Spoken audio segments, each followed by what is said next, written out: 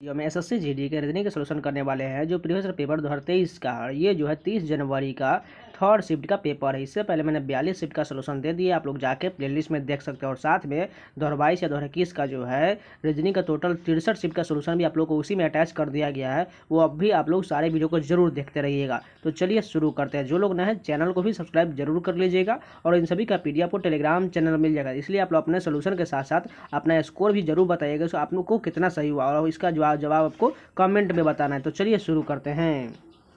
First question देखिए, seating arrangement का question दिया गया है। 5 व्यक्ति X Y Z T U एक सीधी पंक्ति में उत्तर की ओर मुख करके बैठे हुए हैं।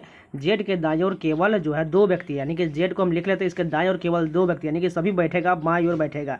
यानी 3 तो इधर हो चुका है, यानी कि 2 स्थान बचा हुआ इधर से और बाईं ओर से। अब हमें बताना है, आगे देखते हैं क्या बोला गया है।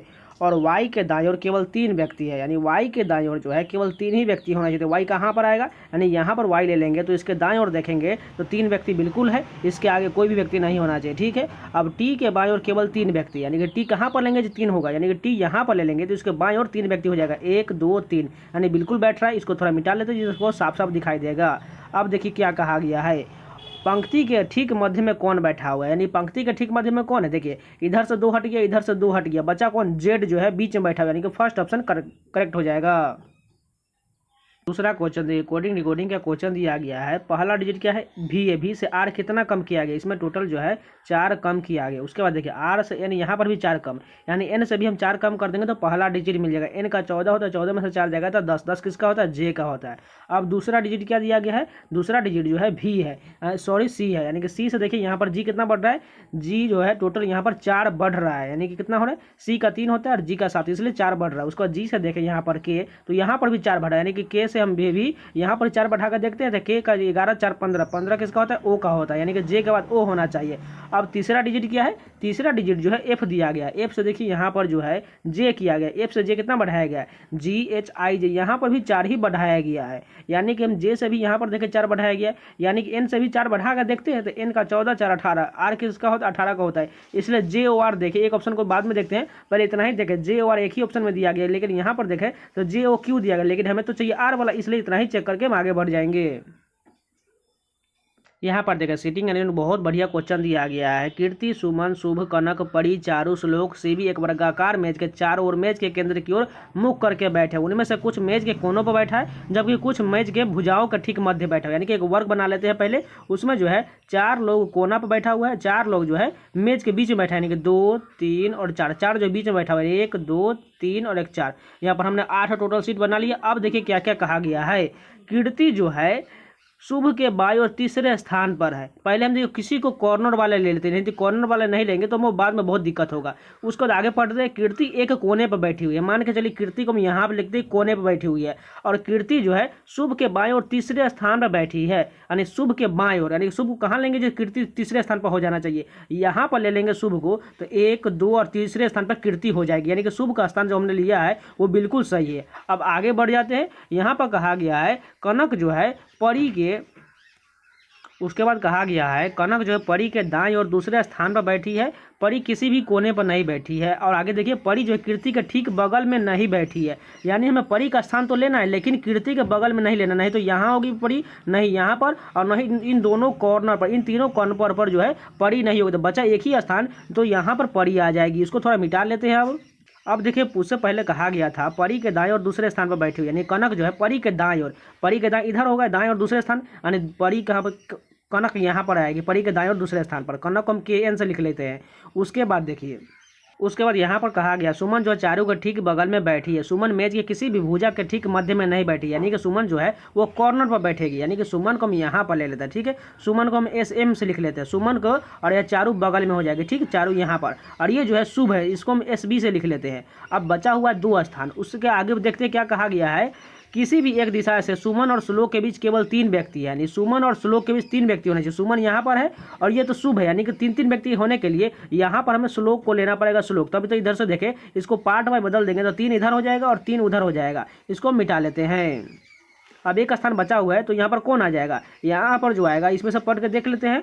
कीर्ति हो चुका है, सुमन हो चुका है, शुभ हो चुका है, कनक हो चुका है, परी हो चुका है, चारू हो चुका है, श्लोक हो चुका है, सीबी बचा हुआ है, यानी कि सीबी जो है यहाँ पर आ जाएगा। सीबी को हम एसबी से लिख लेते हैं। अब पूरा कंप्लीट हो गया। हमें बताना है क्या, श्लोक के बाईं और तीसरे स्थान पर कौन बैठा हुआ है। श्लोक कहाँ पर है, यहाँ पर। इसका बाईं और तीसरे स्थान पर जाना नहीं, 1 2 तीसरे स्थान पर जो है चारू बैठी हुई। लेकिन ये जो हमने ये लिखा है दाईं ओर हमने कर लिया, यहाँ पर बोला गया बाईं ओर, यहाँ पर देखिए बाईं ओर है।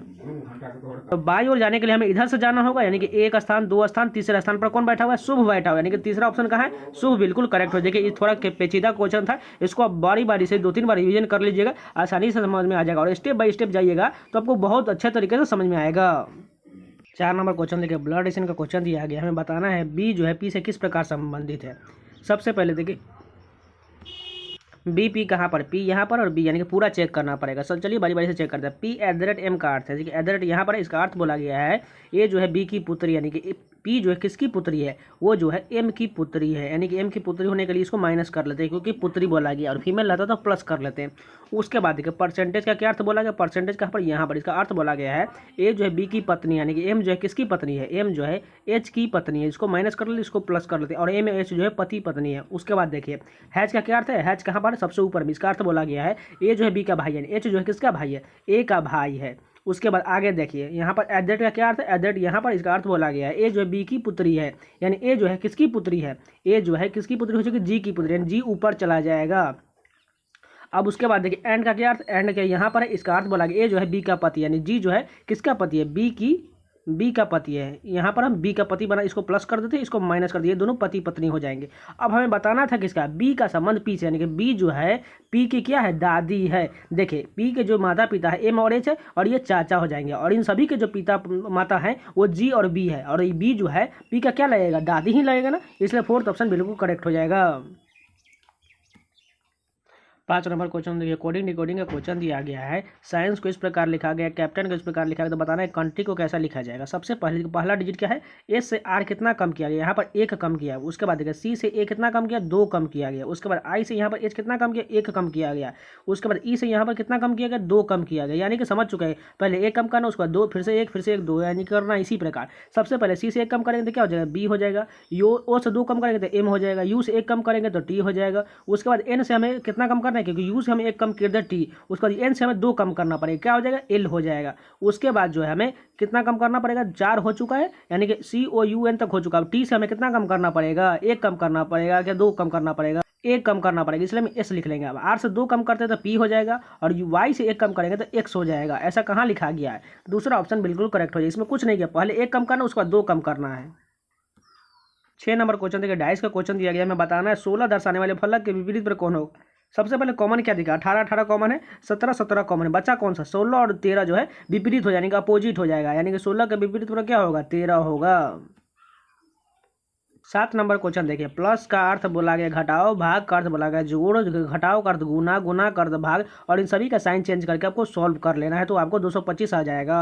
8 नंबर क्वेश्चन देखिए, रैंकिंग में सजाना है। सबसे पहले कॉमन कहाँ तक दिया गया है, जी ए तक देखिए कॉमन है, यानी कि 2 और यहाँ पर 2 लास्ट में कॉमन दिया गया है, यानी पहले तो यही वाला होगा, ओ वाला तो होगा नहीं, यानी कि जी ए के बाद सबसे छोटा वैल्यू कौन है, यहाँ पर आर है, यहाँ पर एस है नीचे वाले में, यहाँ पर 2 में आर है, यानी कि 3 में हमें आर मिल जाएगा। आर के बाद सबसे छोटा वैल्यू कौन है, आर के बाद सबसे छोटा वैल्यू ए होगा, यानी कि 1 नंबर वाला सबसे पहले होगा।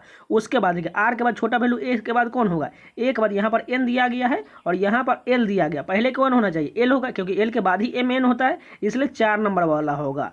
उसके बाद देखिए 1 4 हो चुका है, अब कौन सा है, आर वाला ही देखेंगे, क्योंकि एस वाला तो होगा नहीं पहले, तो इसलिए आर के बाद जो होगा 4 नंबर के बाद अब 2 नंबर वाला हो गया, क्योंकि आर के बाद यहाँ पर भी एन दिया गया, इसलिए 1 4 2, 1 4 2 कहाँ पर, एक यहाँ पर, एक यहाँ पर, यानी कि हमें आगे भी चेक करना पड़ेगा।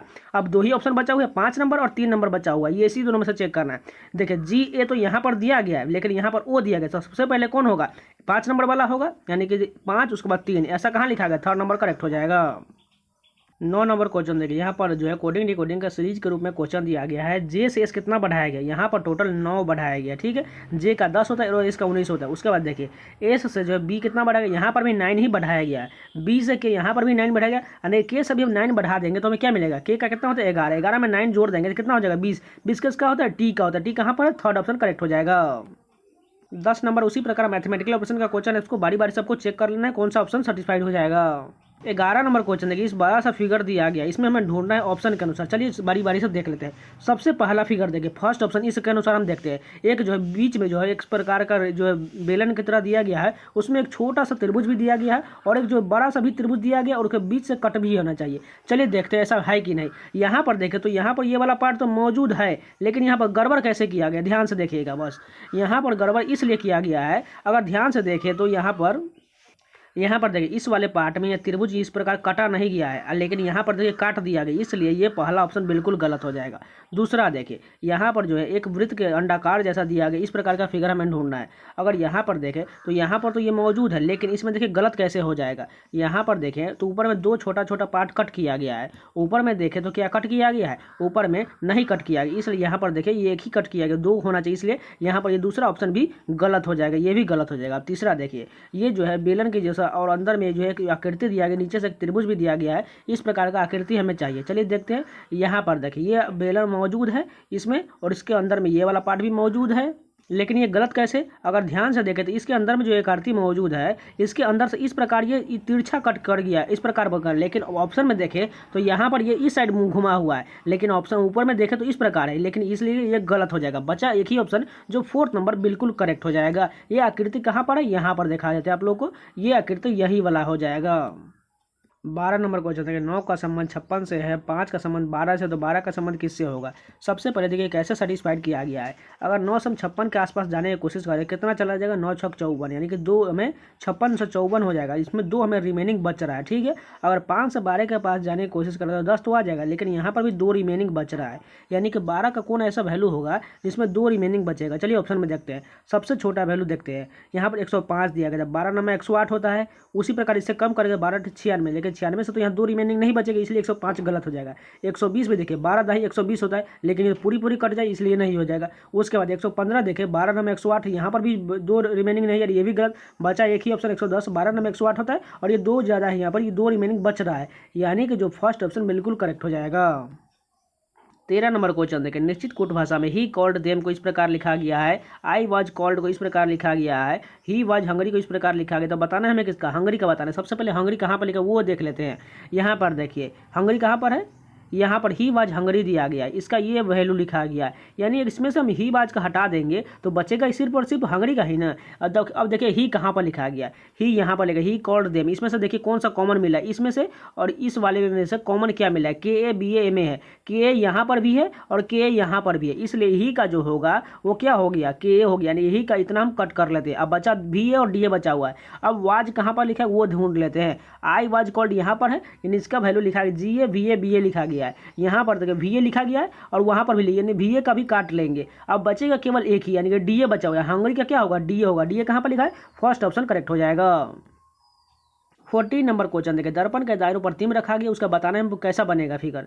सबसे पहले देखिए M वाला पार्ट इधर से आ जाएगा, वो पार्श्विक रूप से उल्टा बनेगा, यानी M में तो कोई चिन्ह नहीं होगा, M बिल्कुल सही है, लेकिन यहाँ पर W कर दी इसलिए ये गलत हो गया, यहाँ पर भी W कर दी इसलिए ये गलत हो गया। H दोनों में सेम है, पहला और तीसरा नंबर में। V भी सही है। उसके बाद देखिए V के बाद क्या है, यहाँ पर हैच दिया गया है, लेकिन देखिए ध्यान से तो पहले वाले में V के बाद यहाँ पर डॉलर दी, इसलिए ये गलत होगा। बचा एक ही ऑप्शन जो थर्ड ऑप्शन करेक्ट होगा। 15 नंबर क्वेश्चन है, यू कैन गो इस प्रकार लिखा गया, यू कम इनसाइड को इस प्रकार लिखा गया, ही कैन गो इनसाइड को इस प्रकार लिखा गया है, तो हमें ही का बताना है क्या होगा। सबसे पहले ही कहाँ पर लिखा गया है, यहाँ पर देखिए यू कैन गो है, यहाँ पर यू कम इनसाइड है, ही कैन गो इनसाइड यहाँ पर लिखा है, यानी इसमें से हमें कैन गो इनसाइड को हटाना पड़ेगा, तो हमें ही का मिल जाएगा इसी में से, ठीक है। सबसे पहले कैन देखिए कहाँ पर है, कैन यहाँ पर, इसमें से कॉमन क्या मिल रहा है, NARETA, यानी देखिए यहाँ पर NA भी है और RE भी है, यानी कि हमें देखिए कैन को भी हटाना है, यहाँ पर भी कैन को और यहाँ पर भी, यानी अब 2 मिल चुका है इसमें भी और 2 इसमें भी मिल चुका है। NERA को हटा देते हैं, देखिए RE और NA को हटा देंगे तो बचेगा केवल PE और KE बचाओ। इसमें से इनसाइड का कहाँ पर लिखा गया है, यहाँ पर देखिए यू कम इनसाइड में SETE लिखा गया है, यानी PE यहाँ पर भी और PE यहाँ पर भी है, यानी PE को हम हटा देंगे तो बचेगा KE, यानी ही का जो बचेगा KE बचेगा। KE कहाँ पर लिखा गया, दूसरा ऑप्शन में लिखा गया, यानी कि यही करेक्ट हो जाएगा। देखिए इसमें सबसे एकदम आसान क्वेश्चन है, इसको जो कॉमन मिल रहा है उसको हटा देंगे, जो बचेगा वही हमारा आंसर हो जाएगा। 16 नंबर क्वेश्चन देखिए, फिगर सीरीज का क्वेश्चन ये यहाँ पर बताना है कौन सा फिगर आएगा। सबसे पहले देखिए, हम छोटा ए को वैल्यू पकड़ रहे थे, पी को पकड़ रहे थे, पी कैसे मूव कर रहा है। पी को देखें तो यहाँ से यहाँ इस स्थान पर आ गया, यहाँ पर आ चुका है। अब ये यहाँ से कहाँ चला गया, यहाँ पर आ चुका है, यानी कि डायरेक्ट इस कॉर्नर पर आ चुका है। अब ये यहाँ से कहाँ जाएगा, अब जो है यहाँ पर देखिए बीच में आ गया, यानी कि एक राउंड इधर बीच में आ गया। अब कहाँ जाएगा, अब एक राउंड फिर से इधर घूमेगा, तो यानी कि सबसे कॉर्नर पर यहाँ बीच में आ जाएगा पी, यानी कि पी जो है यहाँ पर बीच में आ जाएगा। अब इसको मिटा लेते सभी को, अब दूसरा कोई पकड़ लेते फिगर। अब देखिए हम किसको पकड़ते हैं, यू को पकड़ते हैं। ध्यान से देखिएगा यू कैसे कैसे मूव करता है। सबसे पहले देखिए यू जिस प्रकार पहले वाले में था, दूसरे वाले में वहीं पर रह गया। अब तीसरे वाले में कहाँ चला गया, एक राउंड बैक होकर के यहाँ पर चला गया, एक राउंड ये मूव कर गया। उसके बाद तीसरे वाले फिगर में देखें तो फिर से ये अपोजिट आकर के वही स्थान पर आ गया, यानी कि इस स्थान पर आ चुका है। अब ये कहाँ जाएगा, बीच में चला जाएगा, यानी कि यू यहाँ पर रह जाएगा। अब इसको फिर से मिटा लेते हैं।